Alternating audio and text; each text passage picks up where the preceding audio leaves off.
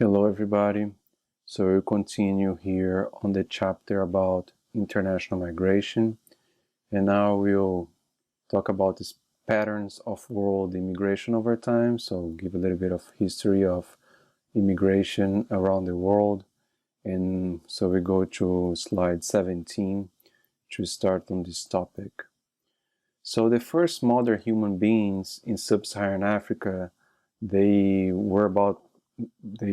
started in about 195,000 years ago. And by 35,000 years ago, there were humans already in the opposite ends of Eurasia, from France to Southeast Asia and even Australia.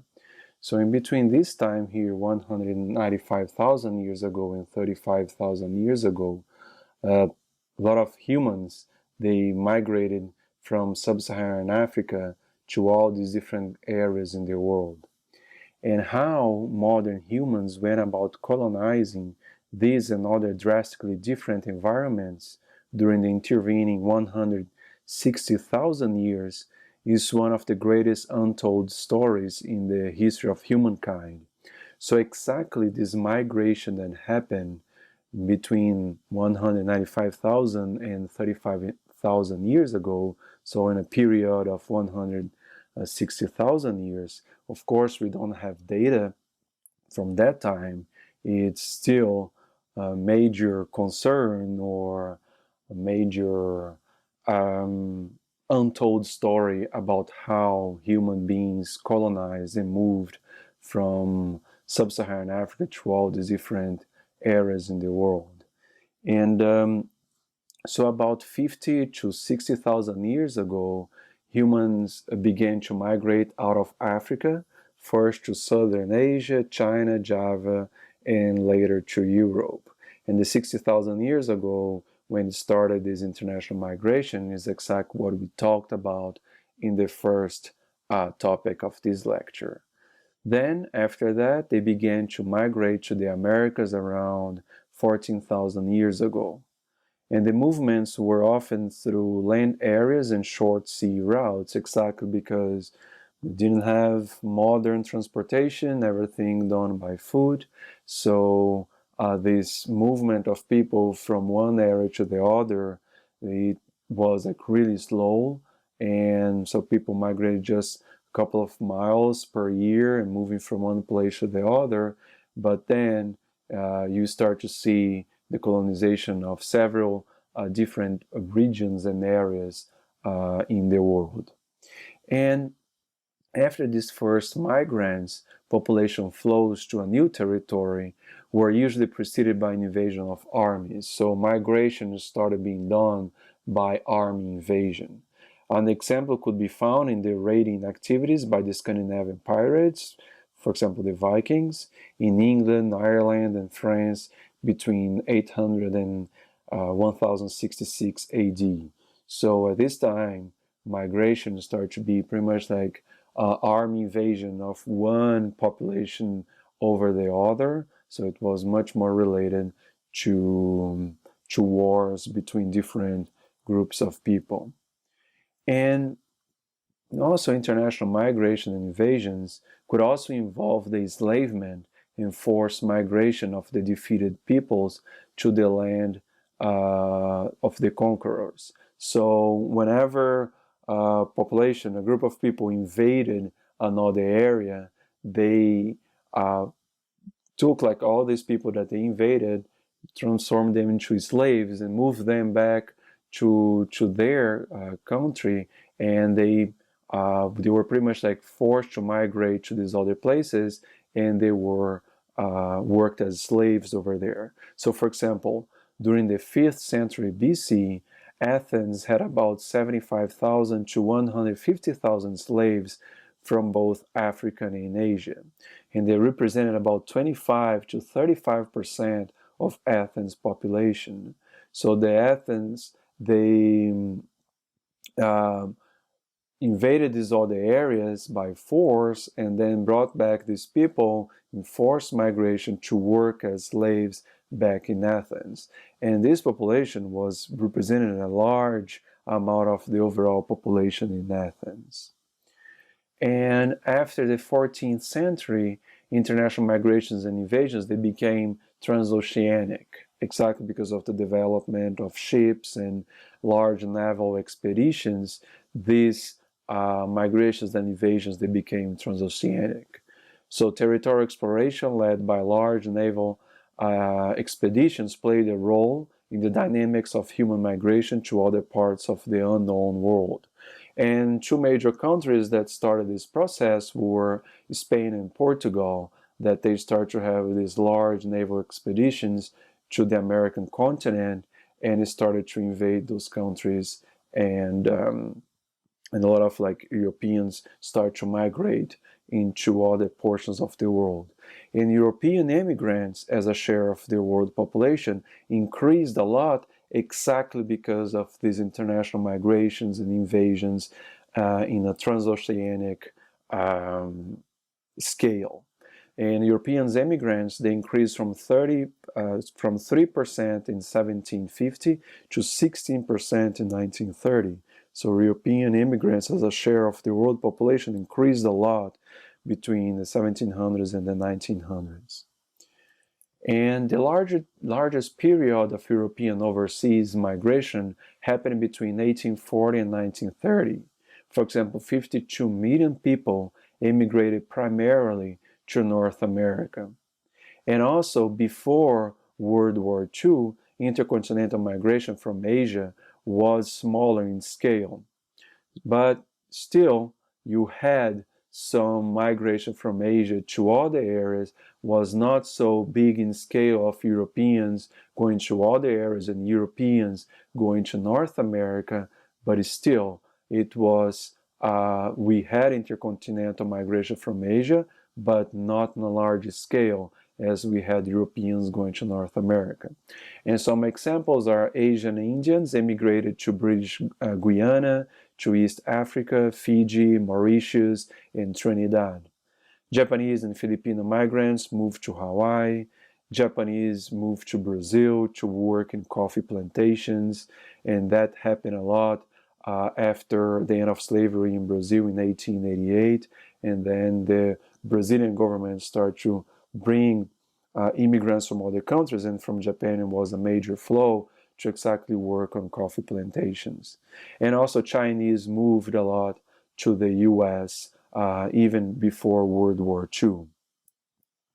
And the largest intercontinental slave migration in recorded human history happened between 1650 and the 1800s. So slave migration was also really important in terms of numbers of people moving from countries to other countries. So around 9.6 million enslaved Africans were brought to the New World involuntarily. So it was, again, forced migration. These people were taken from Africa and moved involuntarily to the American continent to work as slaves. When I'm talking about the American continent, I'm talking about North America, Central America, and South America. And this number, it's around actually 11 million if we count those who died during the sea, during the trip that they had over the oceans. And the world consequence of these large migrations were happening in several different areas. For example, geographic redistribution of the global population was a major consequence of this intercontinental slave migration. So a lot of people migrating from Africa to the American continent.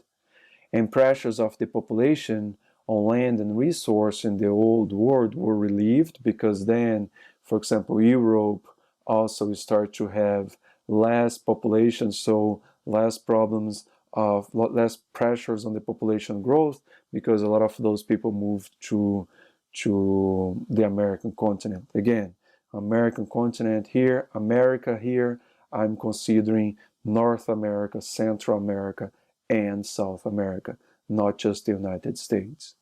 Birth and death rates were delayed in European countries with large immigration, while birth rates were high in the destination countries in Americas. So migration was related also to fertility and mortality rates in both the countries of origin and the countries of destination. So in European countries, birth and death rates, they were delayed exactly because now we start to have less pressure on population growth, and birth rates were high in the destination countries because usually immigrants, they want to occupy the countries of destination, and then they usually tend to have high levels of fertility.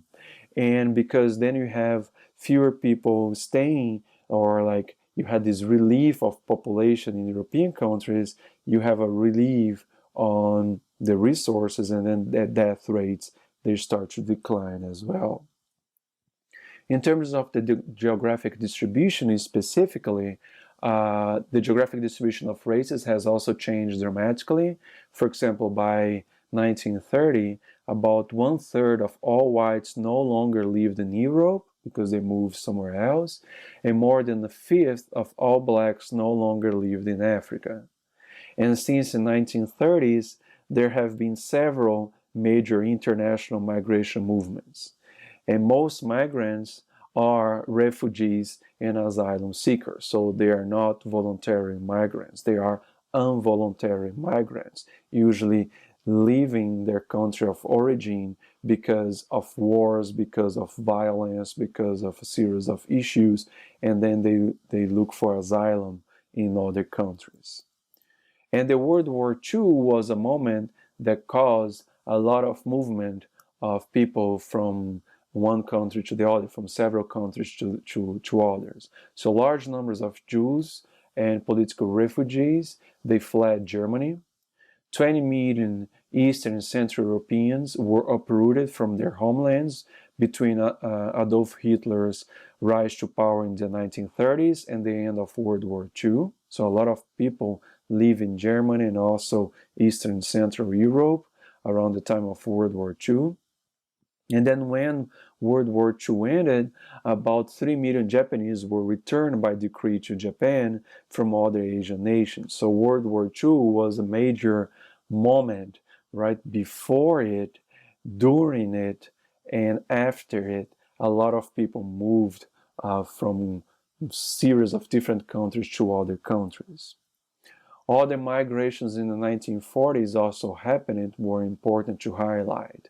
After the partitioning of India in 1947 into India and Pakistan, more than 7 million Muslims fled from India to Pakistan, and on the other hand, a comparable number of Hindus moved from Pakistan to India.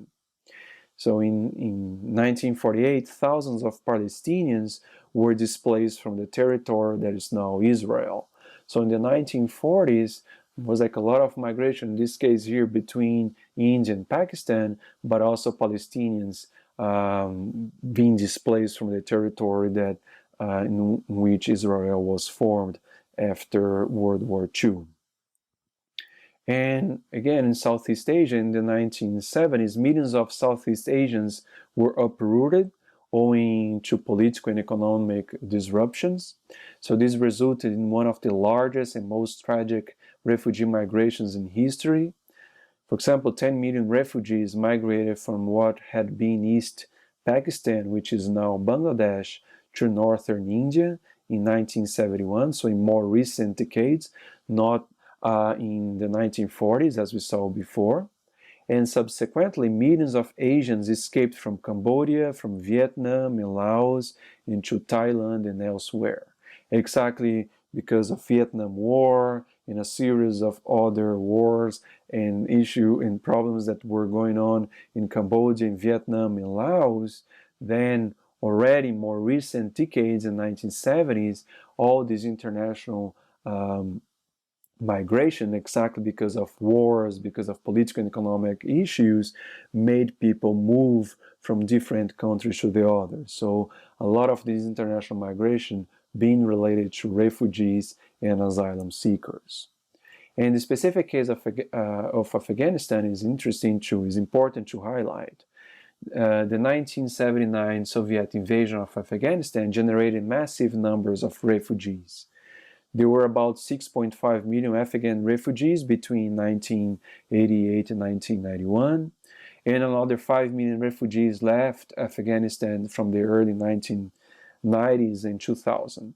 And because of all these movements, people leave in Afghanistan because of all invasions and all these problems that they face. By the early 2000s, about 1 in 4 Afghans, they were refugees. They were living in other countries as refugees.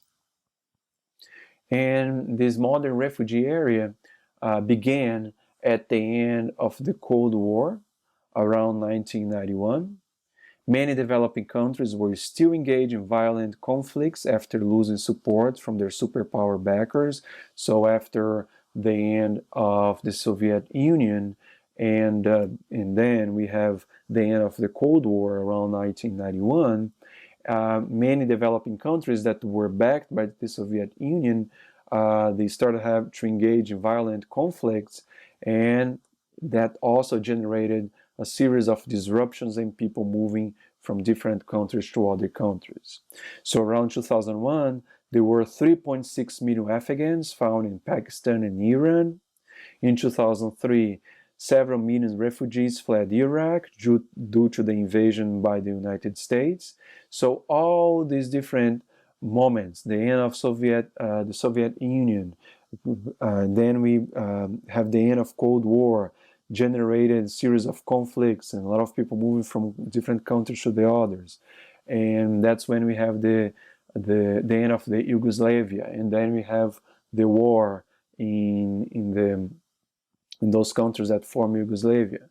And Afghans leaving again, Afghan going to Pakistan and Iran.